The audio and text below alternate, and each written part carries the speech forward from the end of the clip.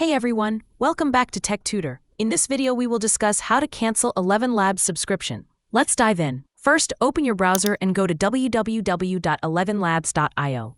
Log in using the account associated with your subscription. Once you're logged in, click on your profile icon located in the bottom left corner of the screen.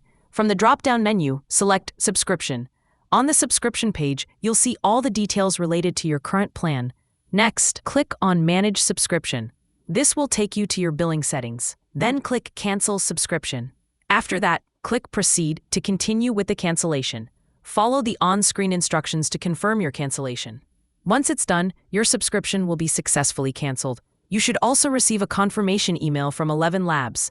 Make sure to check your inbox or spam folder to verify that everything went through correctly. And there you have it. If you found this video helpful, don't forget to like, share, and subscribe to my channel for more practical tips. Thanks for watching.